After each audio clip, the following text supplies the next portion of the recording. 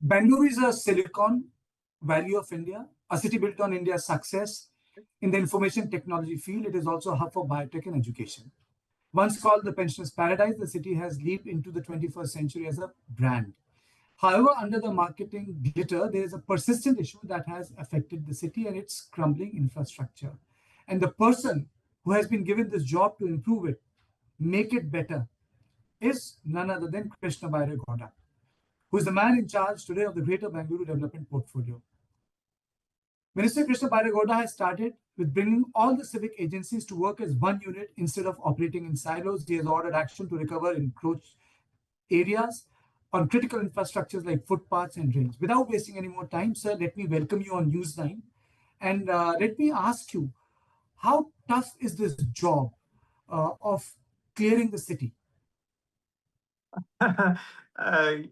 Without overstating it, it is a very tough job. I have handled multiple responsibilities in the government of Karnataka, but I think this will turn out to be the toughest challenge that I have handled. And I have handled some tough portfolios, including agriculture, rural development, panchayat raj, and revenue departments.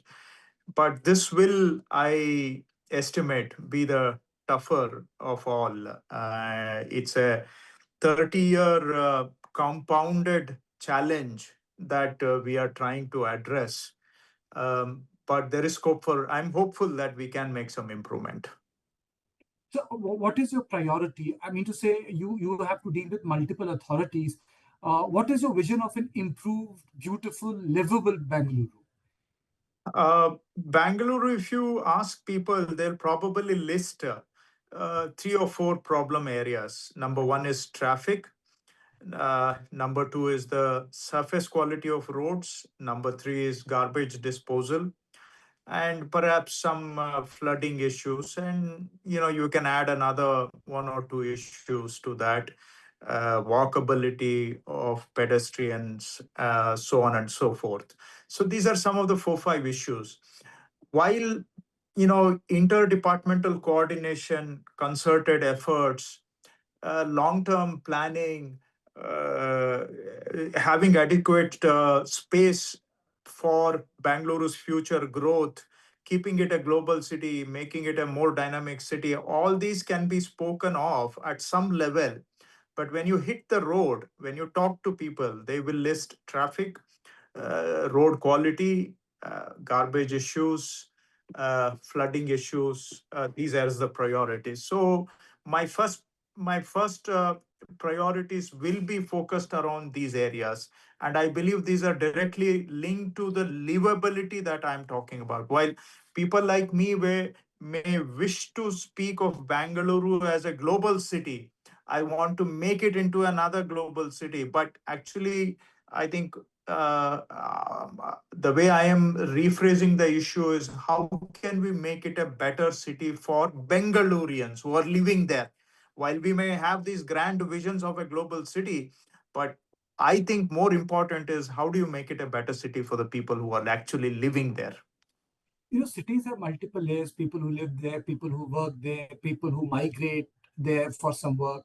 How do you balance this competing ecosystem in a society which is not egalitarian? So Bengaluru is a complex agglomeration. You have people at all socioeconomic strata. You have people of all possible ethnicity living in Bengaluru. Perhaps Bengaluru is the most diverse city in the whole country. The kind of ethnic groups you will find in Bengaluru, I challenge, you will not find in any other Indian city. And these are people who have come from all parts of India, but are living together in Bengaluru. It is a unique model in itself. The kind of openness the Kannadigas have, the hospitality Kannadigas have, and the ability of Bengaluru to attract some of the best talent in the country and create a space for all of them to live together. Despite your ethnic differences, despite your socio-economic differences, we are all living together. So while this is the strength of Bengaluru, let me be very clear, this is the very strength of Bengaluru. But as you are asking, it also poses certain challenges because you have a cacophony of languages, you have a complex relationship between socio-economic groups. So some of them, converge, some of them conflict. But if we have to keep Bengaluru the way it is, which is dynamic, we need to make sure that all of them can work together. That is ultimately the key to success.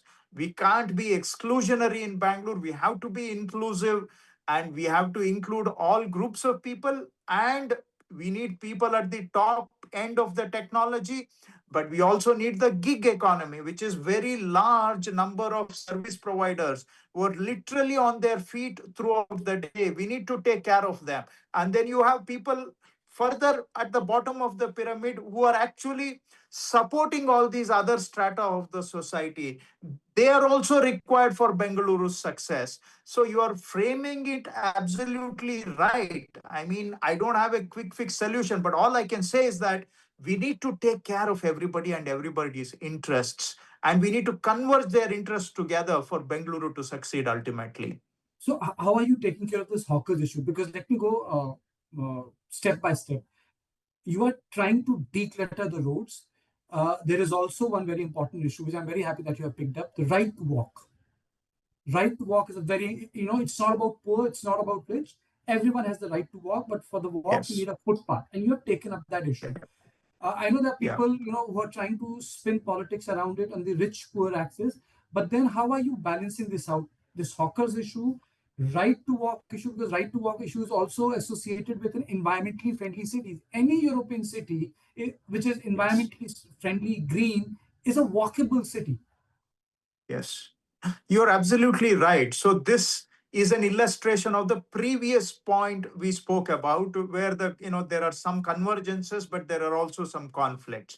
Now, incidentally, Kartikeya, you might remember that just last month, Honorable Supreme Court declared right to walk as a fundamental right of the citizen in urban areas. So the pedestrian rights are now declared by the Supreme Court as a fundamental right of the people.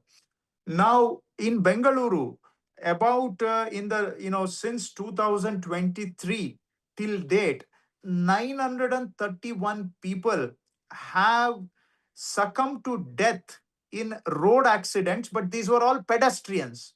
So pedestrians who have suffered death in Bengaluru is 931. Why did they suffer? Why did they face an accident? Because they were unable to walk on the pavement, on the pedestrian path, so they came onto the road. On the road, they get hit. These are children, these are senior citizens who could not walk on the footpath, so they were forced onto the road and they suffered. So in addition to 931 deaths, there are thousands of people who have had their arms and legs broken. And there are another sets of thousands of people who have suffered head injury or some other body injury and are permanently bedridden. Permanently bedridden. So they are in a vegetative state.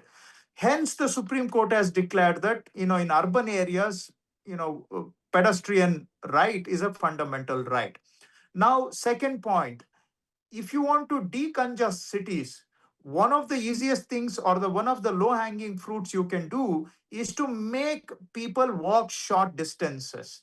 If they can walk for 1 kilometer, then they will resort to walk rather than taking a car or a two-wheeler. So you can reduce the urban congestion by ensuring that there are walkable surfaces. Number three, there are large number of children, senior citizens who cannot take transport, who would rather walk. So combining all these, we have to improve the walkability in cities. Environmentally sustainable model this is. So what are the challenges? A lot of shops have encroached onto the footpath. A lot of people use footpaths for parking vehicles. There are also a lot of abundant vehicles on the footpaths, and there are also street hawkers and vendors on the footpath. Now we are trying to tackle all of them. that is where we run into conflict with various people. There are encroachers who have extended their building onto the footpath itself. So there we are, no compromise. We are breaking all the physical encroachments onto the footpath. We are also trying to remove all the abandoned vehicles from the footpaths. Then you hit the issue of street vendors. These are people who earn a hard day's living by working hard on the vending on the footpaths or on the road margins. Now, these are people who have very limited alternate livelihoods. So we need to protect their livelihoods also. We can't, just throw them off. So what I have requested them, what I have urged them is that I am only targeting 20% of the arterial roads in Bengaluru. I am requesting them. I'm leaving 80% of the roads in Bengaluru open for street vending. So I'm only requesting that, you please shift from the main roads, the arterial roads, to the interior roads where such, pedestrian impediments are not there, where the pedestrian footfall is less. So it is only we are trying to relocate them into internal roads rather than do their business in the main roads, which will cause a lot of pedestrian impediment and leading to deaths, casualties. So how do we harmonize these multiple interests? I don't see this as a economic issue between two sets of people of different class. I believe there are win-win solutions. We are suggesting to them that we will facilitate alternate locations for you. We suggest that they carry on their business, but not on the main roads where there is a lot of pedestrian footfall. So we are trying to 100% we can't evict from all areas, but which are the thoroughfares where there is a lot of footfall, those are the ones we are prioritizing, and we are trying to encourage vendors, street hawkers, to shift to interior roads. Do you think, before I go to the issue of larger, this garbage, because I remember when I was interviewing then Deputy Chief Minister and now the Chief Minister, he said, there's a garbage mafia in Bangalore, which is not helping, letting people work. And, there's also an issue of like, but let me ask you, you're so well traveled, globally, cities have a culture, Naples, Florence, Washington. Do you think there's the lack of a culture around Indian cities?